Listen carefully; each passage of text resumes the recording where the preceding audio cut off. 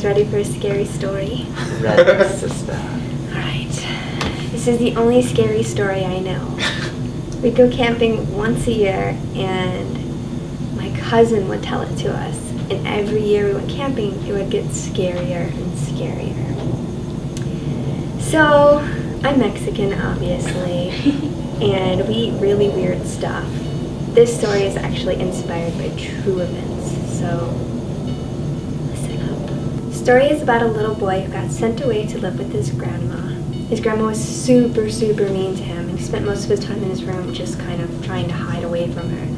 But after school, he'd have to come home, do a bunch of chores, kind of like a Cinderella thing, and she was the worst cook in the world, like the worst, but he was always hungry, and she would, you gotta eat whatever your grandma gives you. He was Mexican too, so, if you don't eat your food, grandma's gonna be pissed.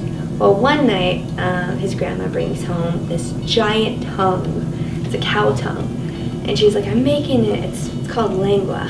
And she's like, I'm making this and you can eat all of it. And usually the boys, he's had worse. He's had, really weird dishes that his grandma's prepared. But this time it was different. This time he just had, a really weird feeling about this. Not the fact that it was tongue, but he just didn't want to eat it. And his grandma got super mad at him, and she ate it, and she's like, I'm not feeding you ever again, go to your room. And he's like, okay, sure, whatever, grandma. And that night, while he's in his room, he starts hearing this, weird noise coming from his grandma's room.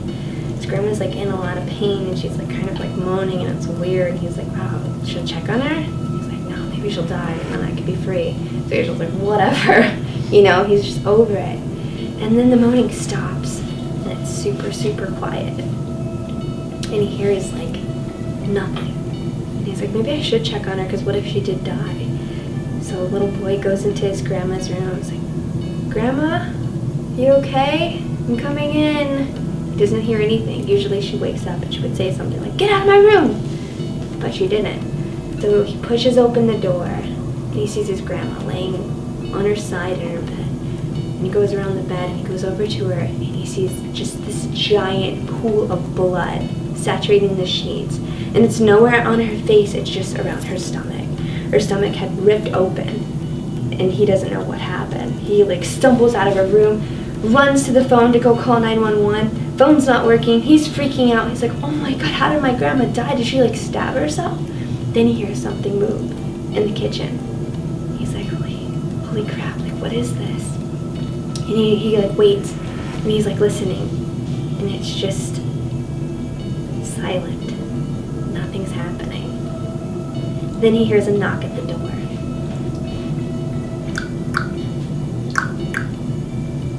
And he goes over to the door, and he's like, oh my God, it's 3 a.m. Who's here? And he goes and he opens up the door, and no one's there. He's like, what the heck? What is going on? My grandma's dead. And he doesn't know why, and someone just knocked on the door. So he shuts the door, goes back to check on his grandma, closes the door because he just doesn't want to, see her body anymore. And he goes over, and he's just like, what do I do? I'm just a kid, I don't know what to do. And he hears a noise in the living room. No, not in the kitchen, but in the living room. He's like, oh my God, what is this? Whoever's in here is trying to kill me.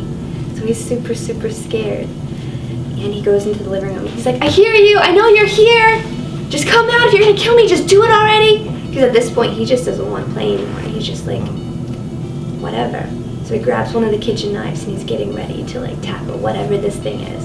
It's probably something really crazy because it killed his grandma, but he doesn't know what it is. So he's going through the living room. He's turning over pillows. He's throwing stuff, and he doesn't hear anything. It's just absolutely silent. So he's freaked out. He's like, you know what? Maybe I'll go to my neighbor's house next door and maybe see if they can help. They'll call the cops, whatever. I'm not really good friends with them, but I'll see if everything was okay. And he goes over to open up the door, and he hears a noise again. And at this point, he's like, forget it. He opens up the door, and he starts running as fast as he can. And he hears something behind him, but he's not looking. He's not gonna look. He's gonna get to his neighbor's door as quickly as possible. And he's running, and it's coming in closer to him. And all of a sudden, he hears it again, this loud knock, but he's nowhere near his house. What? Yes, you. I'm not second. What? I quit. Let me finish the story. It's not over yet. The thing. Oh my God, he's dead. I wish I was a little. The little boy turns around after hearing the noise in his ears, and it's the tongue that his grandma ate. It came out of her stomach and went and attacked him, and he died. Oh. And that's the end of the tongue story. Wow.